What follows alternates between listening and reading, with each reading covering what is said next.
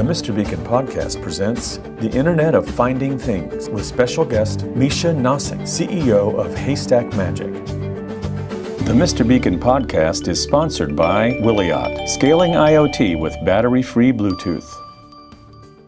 Misha, thanks so much for coming on to the Mr. Beacon podcast. We're going to talk about asset tracking and crowdsourcing, and this is fairly unusual. Normally, we have companies on that are well into market and so forth, but I really like what you're doing. I think it's a great idea. So we wanted to see if we could help bring some attention to that. Thanks very much for joining the show. You're more than welcome, and thanks for having me. So where is Haystack Magic based? Where is your company? Haystack Magic is headquartered in Canada, in the capital city called Ottawa. R&D is in Israel. So we are a truly global company. Fantastic. Well, some very good developers in Israel, so good choice. Can you just summarize what your product does? Our mission in life is to map all the physical objects in the world and make information about them universally useful. It may sound familiar, but yes, that's the ambitious goal that we set for ourselves. And our motto says, know where everything is. So that knowledge of where things are, I think, is very important to the humans. Well, so, you know, what you do, you have a mobile app and it can be used to track things. And the mission is kind of a awe-inspiring, maybe daunting one. But at a very practical level, it seems like what you can do is help people find their keys and the remote control. And we'll talk about what else you can do. But how does your approach differ from the kind of very familiar names who've shipped millions of beacons already, the likes of Tile and Pointer and so forth? We're not a consumer electronics company. We are a software company, and we deliver our software as a service. Therefore, we are fairly agnostic to the hardware, as long as this hardware is standard. All of the current tracker companies, and there are about 20, probably more than this, all of them were started just before specifications for beacons, first by Apple and then by Google, were published. And that led to very rapid and very dramatic commoditization of the hardware. You can now buy a beacon for $1. And everything that we're seeing suggests that it will be much less very soon. But even at $1, you can put these beacons on many more things than you can put the current $20, $25 trackers on.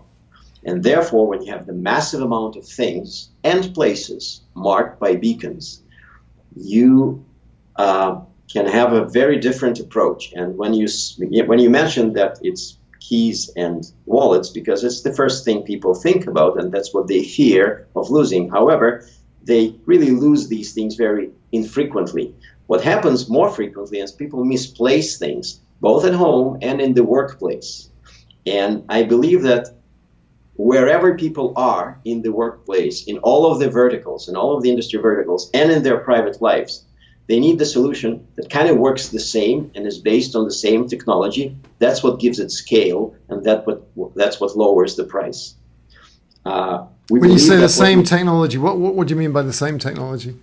The same technology means the same standard. The commodity, consumer-grade technology, which on one hand exists in the form of standard beacons, iBeacon or Eddystone. Today, these are two competing protocols that most standard silicon implements on the same silicon. So you can have both supported by the same chips. And mobile phones that can receive signals in both formats. If we compare you to, and I think I said Pointer. Pointer's an indoor navigation company. So Tracker. So if we compare you to Tracker and Tile, then you're not in the hardware business, and therefore you can offer the benefits of the huge choice of different beacon technologies. And you talked about some very low prices. Obviously, Wiliot the company I have my day job with is working on that. But tell me about what pricing are you seeing for beacons? Where can I buy a low cost battery powered beacon from, and what kind of pricing could I expect to pay? Well, they're already advertised on Alibaba at $1, and what we see is that bill of materials rapidly shrinks. I envision within the span of a year and a half, we will get to 50-cent and then to 20-cent beacons. And as Williot promises us, some of these beacons will be without the battery. Mm-hmm. You only need a battery if you want this beacon to shine its light far away. We don't believe there is a need for that. As you will see in our demo, we actually work better when beacons are seen from a very close proximity. Why is it important? Because there are phones that roam the earth. They come close. Eventually, some phone will come close to a beacon and will pick it up. So there's no need for this beacon to be visible from 30 meters away, because somebody will eventually come close to it to a distance of 1 or 2 meters. We talk to chip vendors, and we see that even in 100,000 volume, the prices for the chip itself, for the SoC that powers all these beacons, is way less than $1. And we're thinking about millions in volume, not even hundreds of thousands. Okay. These beacons will be really cheap. So there's one of the other differences. You're not looking for beacons to be broadcasting at 0 dBm, which is pretty strong signal. What kind of signal strength do you recommend people configure their beacons to transmit at for kind of optimal usage with your software? Well, so far beacons depend on the battery, and the battery lasts much longer if you configure it to minus 20, minus 30 dB. Mm-hmm. And that's the minimum setting that I see is available from most beacon manufacturers. Mm-hmm. We also don't need to broadcast very frequently. The broadcast interval is quite okay to be starting at once a second, and sometimes when you don't need it, it can be lowered to once every 5 or 10 seconds. Mm-hmm. The thing is that the beacons, and then obviously we will see the beacons without the battery, and there they cannot transmit more frequently and more powerfully than certain minimum. And we're building the technology, we're building our software to take advantage of these beacons' capabilities, because this is their incapability to transmit more powerfully and more frequently is actually not a disadvantage. Okay. Well, this is interesting. So last area of difference that I see, I think there's others as well, but one of the biggies is you buy a tile beacon or a tracker beacon, and it'll beep, and maybe it'll have a light on it. And it seems like if you're going for these commodity beacons, then you're not necessarily going to be doing that. I think we should switch to a demo very soon. But before we do that, just how do you help people find things if there's no beeping? Well, because there are many things that will be marked and are being marked with very inexpensive commodity beacons, we introduced the notion of context. Humans don't think in terms of geographic coordinates or any coordinates in any system of coordinates. You give a human 2 numbers or 3 numbers, and they have no idea what to do with them. However, humans think in terms of context. If you lost your umbrella or misplaced your umbrella somewhere in the office or in the house or somewhere, and you're given a context of it, which says that the umbrella was last seen not far from your shoes, and your laptop charger and your headset, and when you're given a list of 5-6 things, chances are very high that you will remember, oh, I saw my glasses there, and if it's near my glasses, oh, I remember where it is now, and you know where to search. And of course we can give the proximity indicator, which also will produce sound on the phone, which is kind of hot-cold. It doesn't work very well, but it gives you some indication where things are. And once you know the area, especially indoors, the area where you left one of your items, and you know the context, it becomes very easy to find. I know it because I'm using it pretty much every day, and it's amazing to see how human memory works. You know that your tablet is near your glasses, and you immediately remember where you saw your glasses last, and therefore you know where the tablet is. That is fascinating. You're right. That's exactly how our brain works. It's all about associations, and if you can trigger that association, then it all comes back, and probably better to leverage that than our sonar location capabilities, which are iffy at best. Okay, well, can you show us the product in action? Certainly, I will now share my screen. So what we're going to look at is an Android app, right? That is correct. Let me move. So what you're looking at is the main screen of Haystack Magic application, which shows a list of items that belong to me and members of my family. And you can see that there's quite a lot, and there's no real practical limit to it. I can add dozens and dozens of things. I can also group these things in sets. So that's my everyday carry in my bag, and it contains things that I want to be with me when I'm leaving the home, and there is an exclamation mark here which says that the set is not complete, because some things, like for example, I forgot my laptop charger in my car. And how do I know? Because in addition to items, which are marked by beacons, we also have places that are marked by beacons. And as you can see, there are various places in my home, but also outside of my home, that I have marked. And for example, my car is marked by a beacon, and my rental car I have a beacon for a rental car. So when I rent a car, I light up this beacon and drop it in the car so that I get warnings when I forget something when I return a rental car before I run too far away. So we can easily add beacons to the sets, to the list of beacons that we have. So let me show how it works. So, for example, let's add a location. Right now, I have several ways of adding a location. One of the ways for adding a location is using a QR code that I can attach to the beacons, or just using them by proximity. But for the fun of it, let's just see how this beacon looks like. You see, the QR code marked the beacon that I want to register, and I will call this beacon demo. I also can take a picture of it with my camera. So this is a Chinese beacon, right?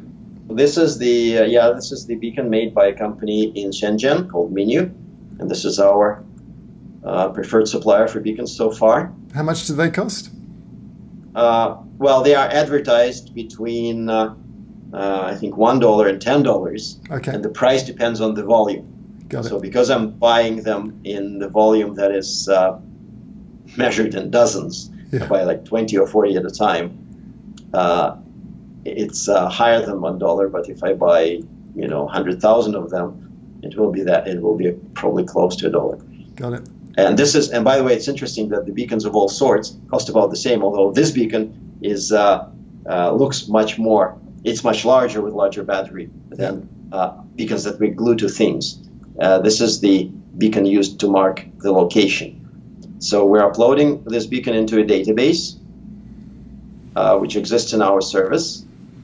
And now it's uploaded. It will take a few seconds for this beacon to show up in locations, but in the meanwhile, we'll wait for the locations of the items that are now they are now marked as being in the study, but in a few minutes we will see that they will start switching to this new demo location, which is closer than the study. Let's just go and check whether this demo location, oops, sorry, that happens sometimes, whether this demo locations has appeared. Again, we're not a real-time location service. We believe that things that are misplaced have been misplaced for a while before a person starts looking for them. So there's no rush in determining the location. Algorithm is actually based on that. It goes back in time and analyzes carefully all of the signals that have been received from all of the beacons over a long period of time, and it builds this picture of the world that then is ready to be presented to people whenever the information is needed. So we probably will come back to it, but let me just look and see what the context looks like. So this is the context for my, this is the current context for my notebook, which just now was identified. Oh, it's near the demo. It's the nearest location. Okay. The next nearest location is study, the next is kitchen, then the guest bathroom and bedroom. So you see that there's a progression of things, but the closest three things to my notebook is the beacon that's called demo, which marks the location, and then my home glasses and my tablet, which are right here next to each other. And if I go back to the main screen, you see the notebook and the tablet Yes. are near the location that we just introduced, which is called demo. Very good. That's so cool. So, and this is crowdsourced, is it? So if there are two of us that have the app, and I'm at work and you're at home, and you left your keys at work, then my app could tell you where your keys are? Absolutely. And let me just look at what there's a location here that's called demo locations, which my folks in Israel are using. But let me see if it's still showing there. Demo, where is this demo location? I just saw it recently. Yeah, I just saw it there as well. It's demo location. Yeah. This is the beacon that. Oh yeah, they lost the signal first, so they probably turned it off. But Okay. This actually is a beacon that lives in Israel. All right. And when they come close to it, it lights up. Very cool. So yes, you're right. All of the phones running Haystack Magic application harvest all of the beacons for everybody, and they all forward it to the same huge database that our algorithm constantly scans and analyzes. And so what is it that stops the folks from Tile looking at this podcast and kind of doing what you're doing? Are there any barriers? Where's the IP in what you're doing? Well, our crown jewel is actually not this application, although it's quite nice, but our crown jewel is the algorithm that runs in the cloud in our service. Mm-hmm. And there's some serious mathematics that learns from prior history. Mm-hmm. So there are elements of artificial intelligence there that build a structure, a data structure that tells us how things are located relative to each other.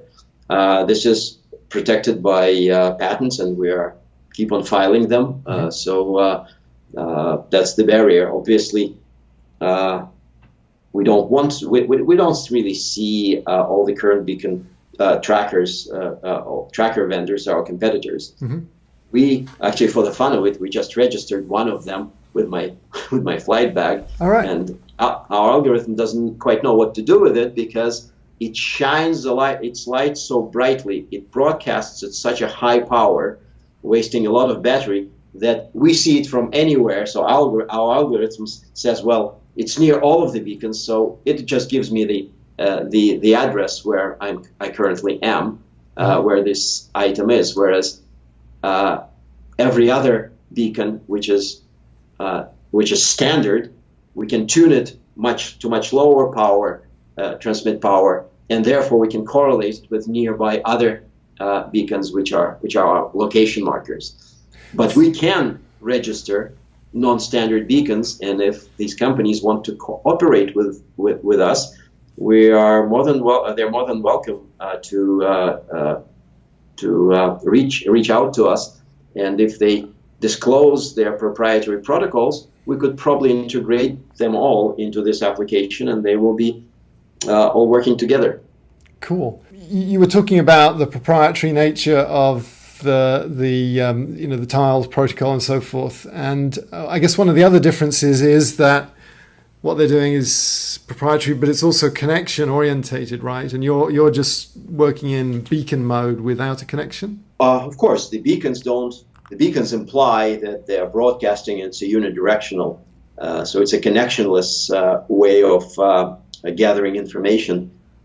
We can control the beacons for periods of time when they turn on and open up for connection, but it wastes their battery. And why would we do this?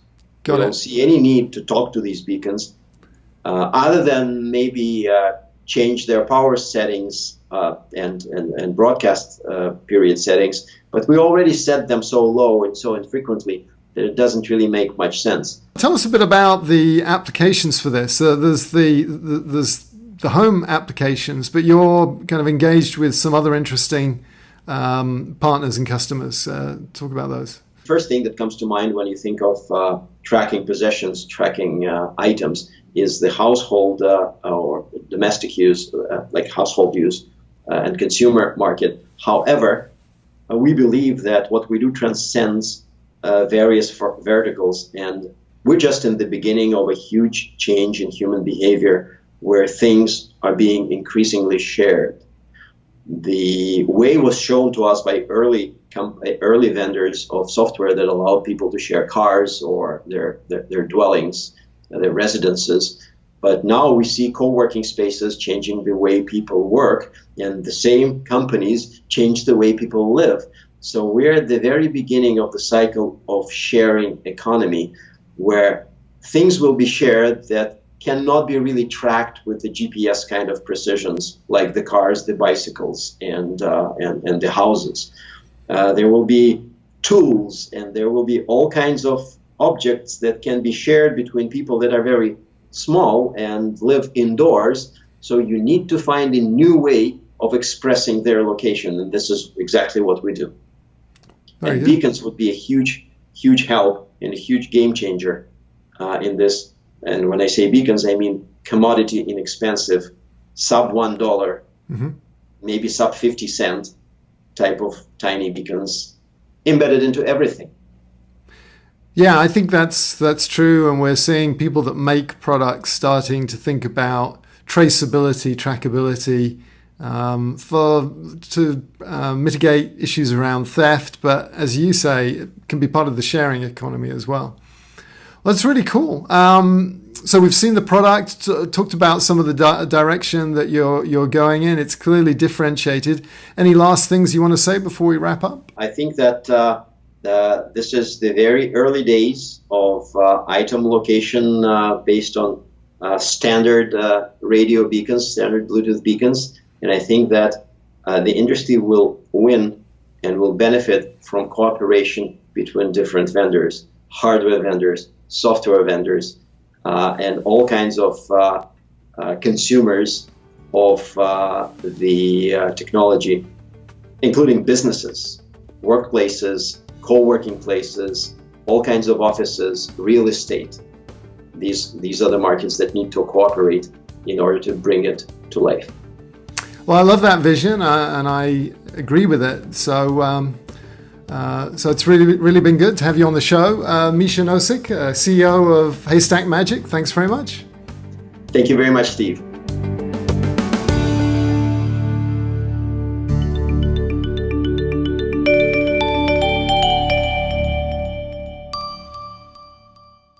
So yeah, have you had a chance to think about the music that you would take with you to Mars? Well, you're limiting me to 3. It's very difficult. I see no reason for that, because I take just every song ever created or every piece of music ever created on the planet. But if you insist, I do. You know, for me, it's very reflective of my biography, because growing up and pretty much throughout my life, I always listened to songs in languages I barely understood. It started with songs in English, which I listened growing up. And at one point I said, well, I got to understand what is it that they're saying. And I kind of went on a mission to learn all the words of all the Beatles songs. And the one that stuck with me through the years is the probably less popular one, the less known one, that's called Your Mother Should Know. I don't know if you know it, but Well, as a Brit, you probably do. But, I do. It's a great song. Yeah, and it kind of migrates from playlist to playlist, still with me on most of my devices and my online library. And I listen to it every once in a while. The other one that kind of stuck with me through the years, I picked up in Israel. Again, when I lived there, the music scene and the music environment is very different from what I was used to growing up. And I started listening to the songs in Hebrew. And again, it helped me very much learning the language. One that I keep on listening to every once in a while is by Haystack Chapter. It's called Tzlil Mechuvan, which roughly translates as the tuned sound, a tuned tone, which is very romantic and sentimental, and pretty old song. But so how old were you when you moved to Israel? I was about 26 years old. Oh, okay. So it was kind of second part of my life. Yeah. And the last song that I ended up in Canada, in a city that is half francophone, and nobody speaks French to me because when they hear the accent, they assume I'm not French, so they speak English. It ended up with my kids speaking French to each other, so they don't understand. So I had to deal with it. So I'm kind of making great progress in my French over the last few years. And the one song that I kind of keep on listening to is that's the new one, a relatively new one, by the Belgian artist called Stromae, and the song is called Formidable, which I guess translates as wonderful. It's a very very romantic and unusual song. Maybe few of your listeners know, but that's my choice. Fantastic. Well, that's really unique and original. It's amazing how much commonality we end up getting. It's just 3 songs, and quite often we get a lot of the same ones. So no one's ever chosen any of those songs. So thanks very much. The Mr. Beacon podcast is sponsored by Wiliot, scaling IoT with battery-free Bluetooth.